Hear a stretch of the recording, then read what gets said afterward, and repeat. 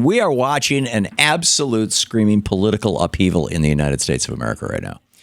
And I find this absolutely fascinating and frankly, quite encouraging. I suppose it's not encouraging that 20% of Donald Trump supporters think that Lincoln shouldn't have freed the slaves. I get that.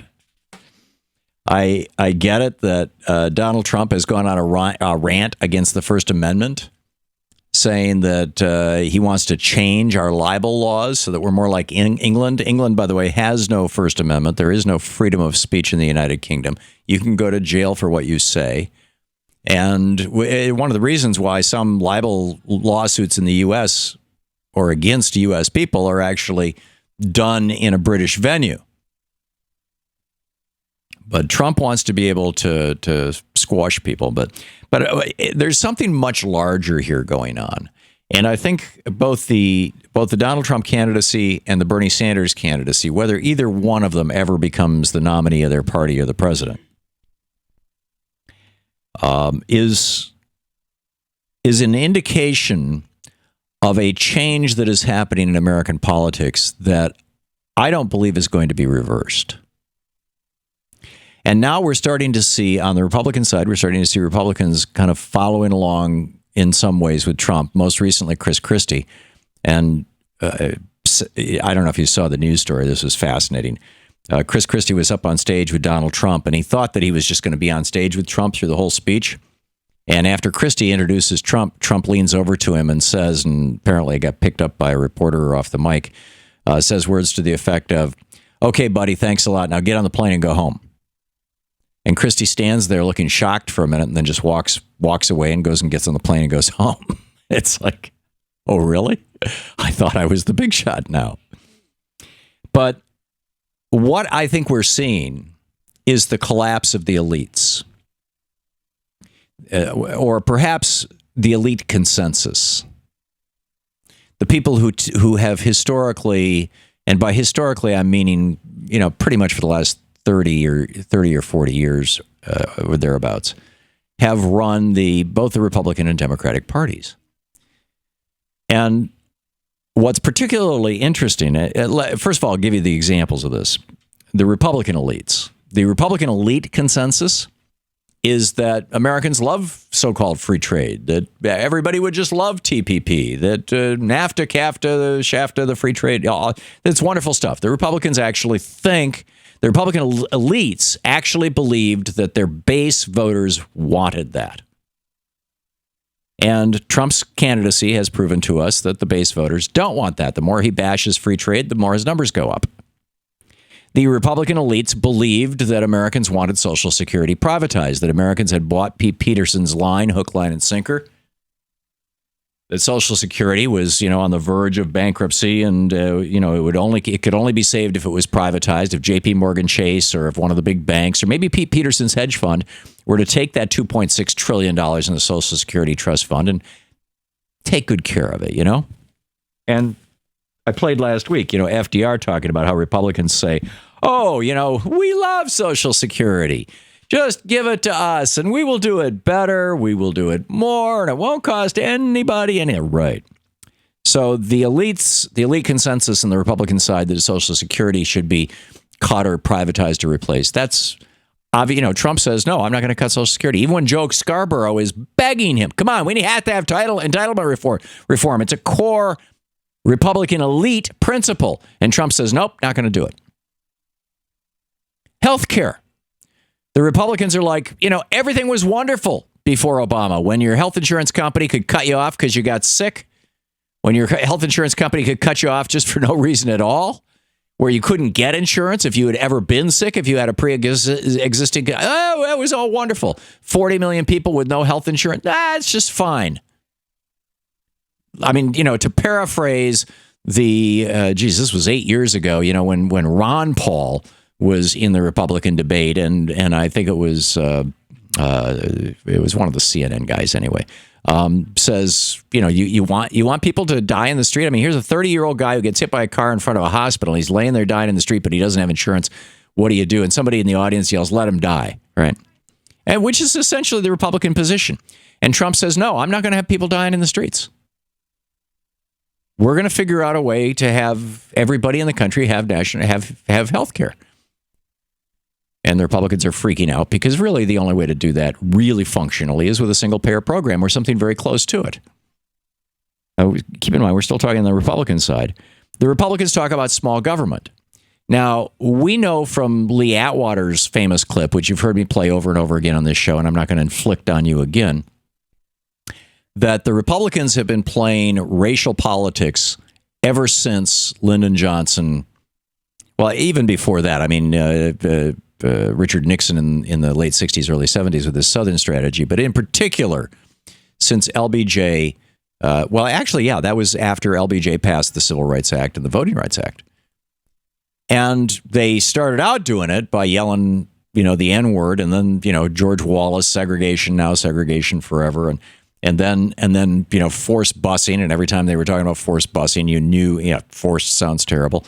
But you knew that they were talking about race. And then Lee Atwater says, no, we don't even need to talk about race. We can just talk about, if we're going to cut government programs, because everybody, all the white people, according to Lee Atwater, this was Republican, Reagan's main strategist. He's now passed along, the lady Lee Atwater, the guy responsible for the Willie Horton ads, that when white people hear cutting government, what they hear is cutting welfare programs for black people. That's the code. And sure enough, Republicans believe in small government is code for Republicans believe that people of color should not have access to programs like aid for dependent children, or which was actually eliminated during the Clinton administration. In fact, Marian Edelman Wright's husband, resigned from the Clinton administration in protest over this. So anyhow, but small government, Republicans have always gotten that the small government was the elite. This was the Republican elite consensus. And it turns out the people don't share that. They show up at Tea Party meetings with signs that say, keep your government hands off my Medicare. Right? They actually want a government that catches them. Wages. You've got Republicans arguing we should go back to the Lochner era and do away with the minimum wage. The American people are not with them on this. Overwhelmingly, even Republicans vote for higher minimum wages. And Planned Parenthood. You got Donald Trump supporting Planned Parenthood. So the Republican elite consensus is falling apart. The Democratic elite consensus is falling apart, too, in some ways. The banksters are our friends. This was Al Fromm's invention in 1987. Privatization is a good thing. This started with Jimmy Carter. Turns out that's not working so well. The end of welfare. This happened in the 90s. Turns out that's not working out so well. The Sherman Act, letting media continue to get big, letting big ag, big pharma, whatever. Again, the Democrats have been agreeing with the Republicans on this, and the base doesn't like it. They want big companies broken up, including the banks. The chain CPI, cutting Social Security. The president willing to offer that back in 2011. That's not where the base is. So what's interesting here is that with both elites falling apart, what does that mean? It means that when the Republican elite consensus falls apart, the Republican Party has nothing left but nativism and populism. In other words, Donald Trump, which is like we're going to get into in a minute. Really scary stuff. On the other hand, when the Democratic elite consensus begins to fall apart, what do you have? You have the progressive movement. You have the Democratic Party going back to its own roots. There's no progressives, Republicans left. I mean, like in 1901. This is the Thom Hartmann Program. So I see this actually, regardless of who's president, regardless of, this, I think we are at a serious turning point in America, and how we go forward is going to be fascinating. I just want to develop this a little bit more, that the elite consensus is in some ways coming unraveled. It's not obviously totally disintegrating. The Democratic Party is going to be around for a long time, the Republican Party as well. But both parties have historically had people from the entire political spectrum in them.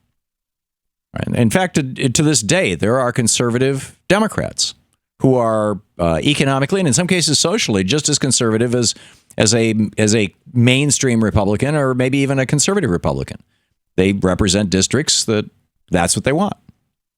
And it used to be that the Republican Party had progressives in it. I mean, Teddy Roosevelt is the famous example. So, in 1901, and this is where I was at when I hit the break there. In 1901, when McKinley was assassinated and Teddy Roosevelt was vice president and thus became president, America was in the throes of a populist revolution to begin with. I mean, there were strikes going on, and it was amazing what was, it was just an incredible era because the middle class had just been crushed. There was a Great Depression in the 1880s. There was another one in the 1890s, and people were just over it. And Teddy Roosevelt led a progressive revolution within the Republican Party. And when he was beaten by, and he ran for 2 terms, and then Taft ran, and a Republican, and took it. And Taft was somewhat of a progressive, and he finished Teddy Roosevelt's breaking up of the big companies, particularly Standard Oil, most famously Standard Oil. So the Republican Party, when it imploded, reverted to a progressive position, because the progressive position is the fundamental American position.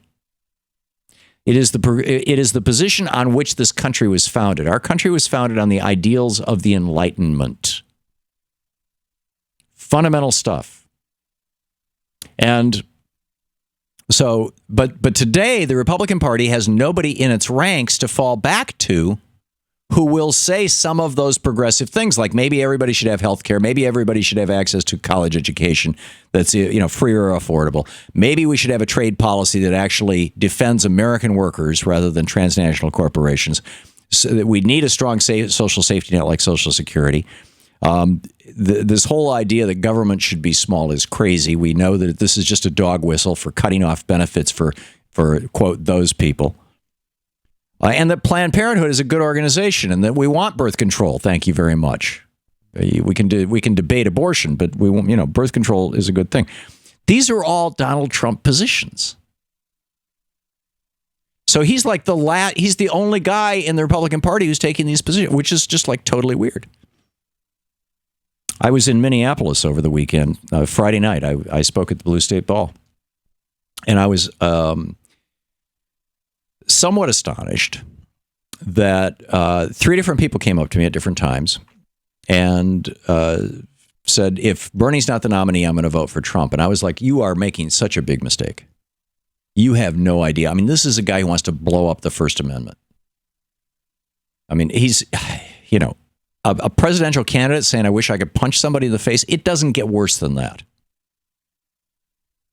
And yet, people are, so disillusioned with the system. Now, on the Democratic side, what I'm seeing is that, I'm seeing the same thing. I think they're who in their right mind would have said, and this, Robert Reich, who was Bill Clinton's Secretary of Labor, who just came out and endorsed Bernie Sanders, wrote a piece titled "The End of the Establishment" that really got me thinking about this. This was on the 22nd. He wrote this, so it's about a week or so ago. And he says, the 74-year-old Jew from Vermont who describes himself as a democratic socialist, who wasn't even a Democrat until recently, has come within a whisker of beating Hillary Clinton in the Iowa caucus, routing her in the New Hampshire primary, and garnered over 40% of the caucus scores in Nevada, of all places. And a 69-year-old billionaire who never held elective office or had anything to do with the Republican Party has taken a commanding lead in the Republican primaries. This is a rebellion against the establishment. And then he points out, since 1995, the average income tax rate of the top 400 earning Americans, since 1995, average income rate has dropped from 30% to 17%. Wealth, power, and crony capitalism fit together, writes Robert Reich. So far in the 2016 election, the richest 400 Americans have accounted for over a third, 400 Americans, 400 people, a third of all campaign donations. Now, how is that not a corrupt system, or at least a system that is, beginning to essentially disintegrate? And I like I said, I see this as a birthing moment. We're going through the labor pains, and on the Democratic side, I'm very pleased to when Hillary Clinton won huge in South Carolina.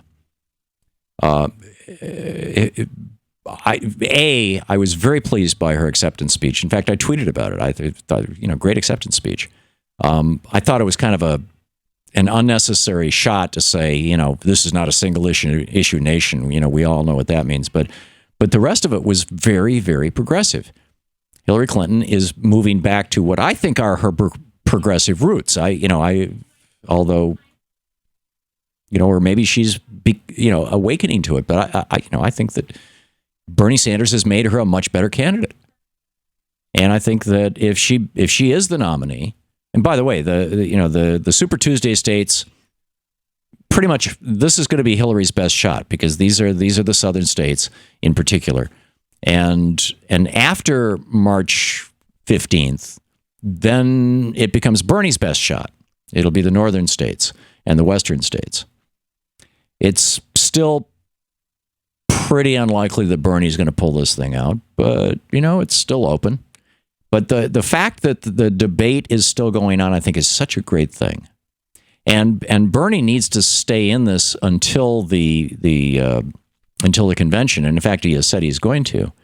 Not because he might beat Hillary Clinton, although he might. I mean, that's a good reason to. But even more importantly, he can take his issues into the convention. And this just step by step, these issues are growing. Strengthen the social safety net. Do something about the student loan debt that has devastated an entire generation. Make college free. Make health care free or far more affordable. It's good stuff. This is a good moment in time. You're listening to the Thom Hartmann Program. Call 202-536-2370. Other than the fact that 20% of Trump supporters think Lincoln shouldn't have freed the slaves. I mean, we're seeing the dark underbelly, the evil underbelly of America in some ways. To watch more clips from our programs, hit the Watch More Videos button over here. And please be sure to hit the handy-dandy subscribe button so you'll always be up to date. Tag, you're it.